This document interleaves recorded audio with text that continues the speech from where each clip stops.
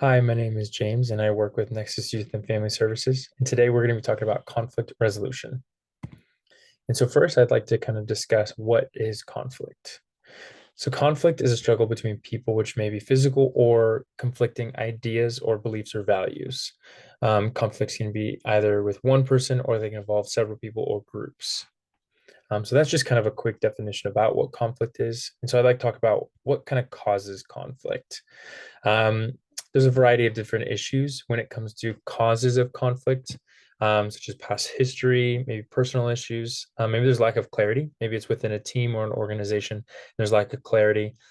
Maybe it's between family members and there's a lack of trust. Trust has been broken. And so there's a lot of conflict or a lot of tension. Maybe different family members or members of a team have different conflicting beliefs or values, and that causes conflict within the family or team.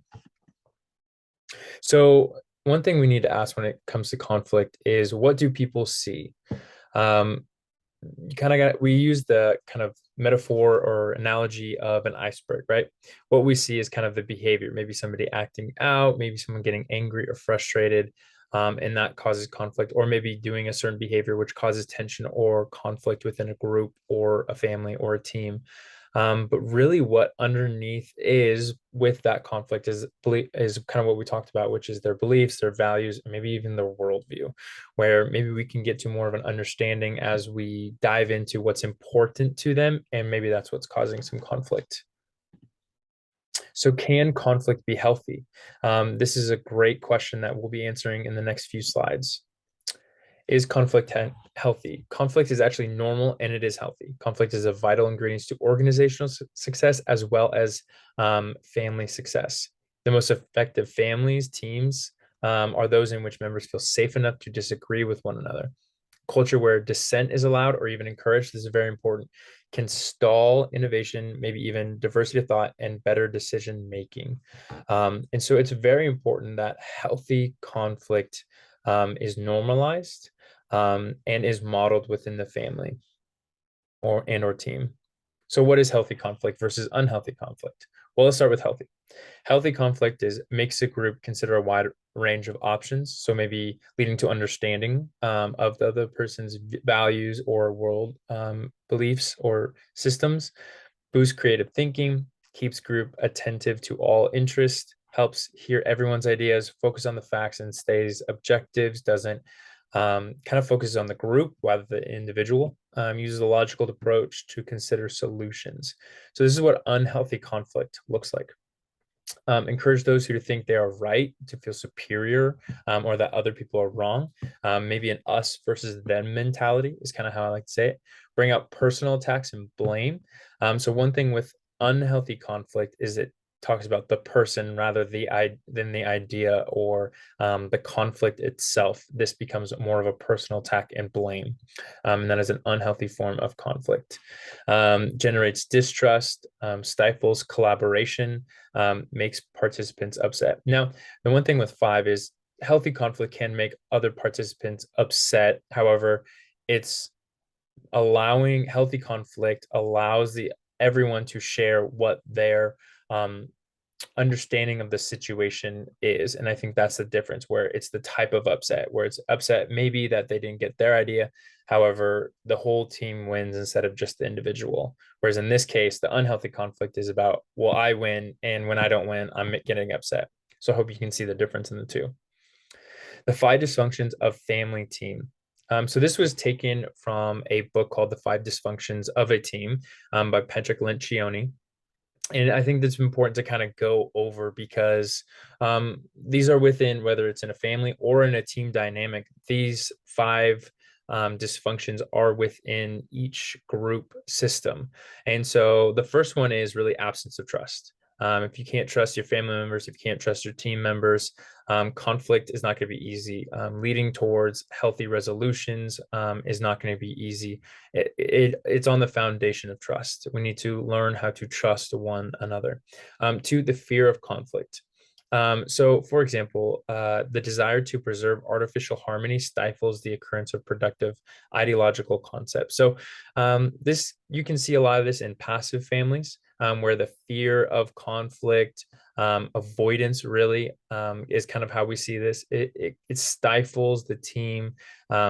It, it instead of really creating real harmony, it creates this false sense of harmony. And so we really need to make sure that we have healthy conflict. Maybe lack of commitment, avoidance of accountability, in attention to kind of results or the goals of the team or the solutions, if you will, within a family.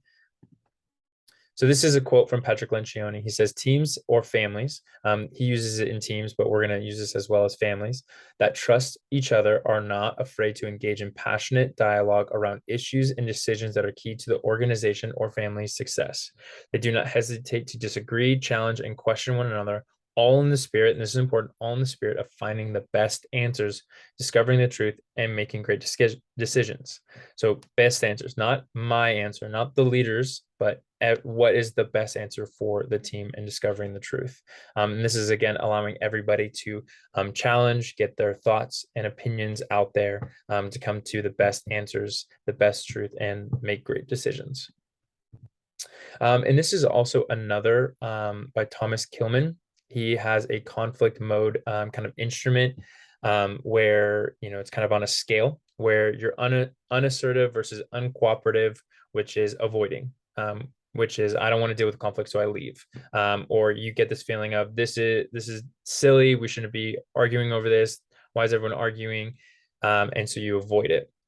However, if you're uncooperative and you're assertive, then you become competing, right? I'm going to win, you're going to lose type of mentality. If you're assertive but cooperating, it's kind of maybe more collaborating, which is ultimately what we want to get. If you're unassertive but you're cooperative, maybe you're accommodating. Maybe you're just like, I don't want to deal with the conflict. I'm not going to assert myself or what I believe. I'm just going to help the family member, help the team any way I can, just to make sure everybody feels good. However, what we want to strive towards is assertive and cooperative. It's a both and, not an either or. Assertive so we can get more collaborating. So let's talk about competing. The goal here is to win, right? Behaviors monopolize the conversation, not listening, exaggerating, attacking people, blaming game, right? It's either I win, you lose mentality. Now, this can be very, very hard, especially when it comes to a family or a team. If it's an I win mentality, then in my personal opinion, no one wins. No one wins or bad. It's whether good for bad, here's what is good or bad about the competing style, which is it stands up for what they believe in. So someone who's competing, they're going to assert themselves, right?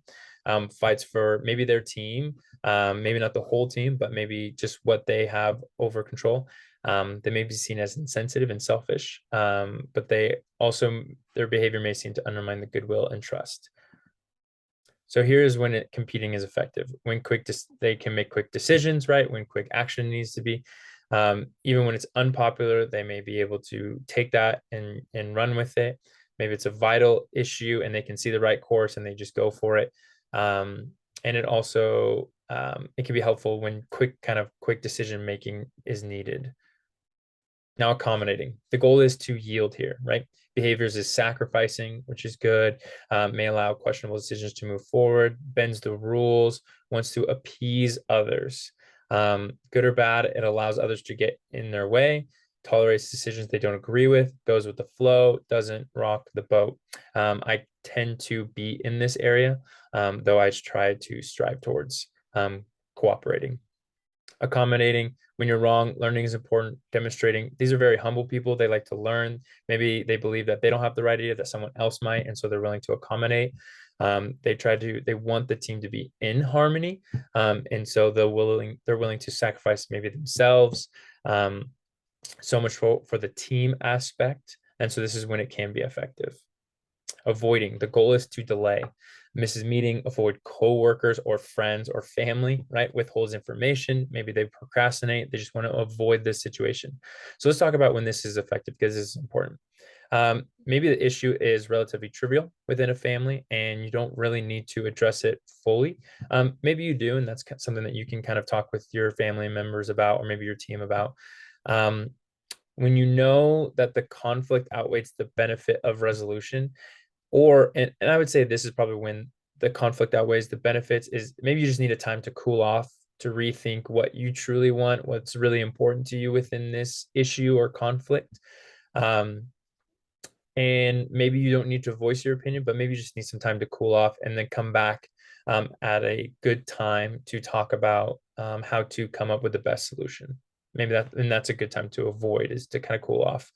Or maybe it's a really, really small issue, but if it's important to someone else, I would probably push back and say it's not just a trivial issue. So collaboration, the goal is participation. Maybe overanalyzes risk sharing, continues to problem solve even when it's not working.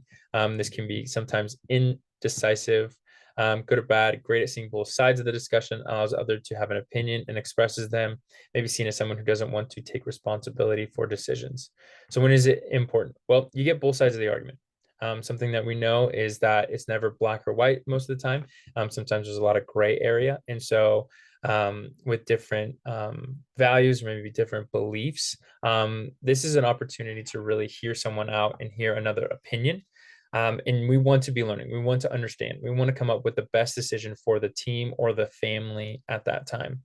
And this is an opportunity to really go, okay, I see your side. Here's my side. Is there some way where we can kind of meet, not necessarily in the middle, but where we can kind of come together on a common goal or idea or belief or solution? And so this one can be hard and difficult because you have to go through a lot of understanding. And sometimes this takes time to hear the someone out, maybe to get past some personal attacks or beliefs or systems and try to learn someone else's understanding or side. Compromising, the goal is mutuality. Posturing, rushing to settle, maybe erring on a principle. This is great at making fast decision, where it meets the needs of both sides. Maybe seen as someone who wants to move on, doesn't spend time or debating, discussing the issue in full. And so this is when it can be effective. When goals are less important than avoiding the disruption caused by more assertive conflict resolution styles. When people have equal power and commitment to mutually exclusive goals to reach a solution quickly. When it's important to reach a win-win for all involved. So here's the thing about conflict. Conflict cannot survive without your participation. What does that mean? You need to participate and you need to share your thoughts, share your ideas. But again, it comes down to trust. If you don't trust the family members, if you don't trust your team, you're not going to feel like your voice is going to be heard or feel like you can participate. But ultimately, the best results come when everyone participates and shares their understanding or thoughts about the solution. So here's some tools that we can use. First of all, listen. When we listen, we can understand. When we empathize with the other person, when we can kind of understand the other side, when we need just to understand it. We don't necessarily need to cross over, but we need to see how they came to their conclusion. Maybe paraphrase what they're saying. This is what, and this is a great phrase to use sometimes, is this is what I hear you saying. Ask questions, dive deeper, help yourself understand what is going on and what they're trying to say. Use I messages. This is so key, especially in conflict. Never focus on the other person, focus on what you are thinking, what you are hearing, what you are saying. So for example, instead of saying, well, you said this and you said this, maybe it's like, I hear you saying this, or I feel this way. This is important because it's not about the other person, it's about you and what you're thinking and hearing. And that's very, very important. Use neutral language. I love this one. Say yes and instead of yes but. Yes and there's this, because what it's saying is there's not just either or, it's this and this. Honestly, practice this. Practice this time after time. Maybe practice the difficult discussion, but really just kind of bring in your honest opinions in a respectful way. Because I think if you practice what you really truly want, then that conversation could be a little bit easier. So here's some final thoughts. When you're aware of your influencing style, you can adapt your style to be more effective in negotiations or that conflict, right? By being more aware of our default approach, we can learn to choose the most appropriate approach for the situation. And here are kind of the resources where we got all this information that you can find online. And there's the 5 Dysfunctions of a Team. There's a book, or they have a website as well. Thank you so much for watching. My name is James Rogers again, part of Nexus Youth and Family Services. Thanks for joining us. You can subscribe us at YouTube at Nexus Youth and Family Services to watch more of our videos. Thank you so much.